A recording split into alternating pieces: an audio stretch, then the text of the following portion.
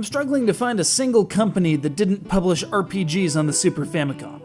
Heck, even Hudson got in on the act, apparently diverting funds and manpower that might have given us Super Bomberman 8.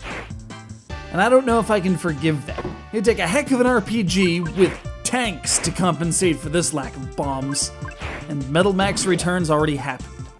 So, TENGAI MAKYOU 0, if that is your real name, explain yourself. Wait, hold the phone. A giant robot fighting a giant cat. Robot. That's gotta be worth something, like half a tank, or a bazooka at least. Alright, you have my attention. You say the king's been murdered? By his brother who's been possessed by an evil force? Eesh, that looks like some evil, alright. And it's up to a young boy in a nearby elementally attuned village to put things right? Uh-oh, you're starting to drift into cliché, better come up with something soon. So let's go with technical achievements. How about an in-game clock almost 5 years before Pokemon Gold and Silver? Complete with a whole spate of special holiday events.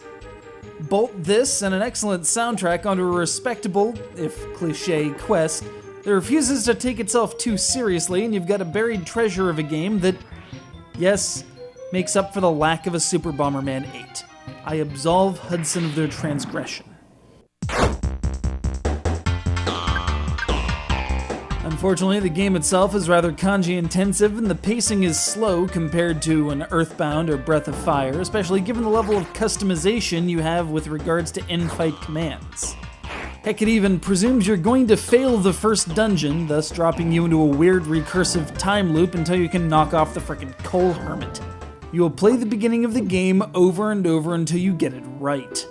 It's a daring piece of weirdness, and if you're familiar with the other games in the series, including the fractured American history of the Fourth Apocalypse, it's actually a bit more restrained. There's only one overly effeminate swordsman in this game. It's good to know Japan had a handle on these kinds of things, or did back in 1995. If you can find a copy online, it's probably going for fairly cheap. Without a localized entry in the entire series, outside of a Neo Geo spin-off fighting game, it can't command the price of a Star Ocean. Just squint hard enough and you'll swear you are playing Chrono Fantasy Star Trigger of the stars.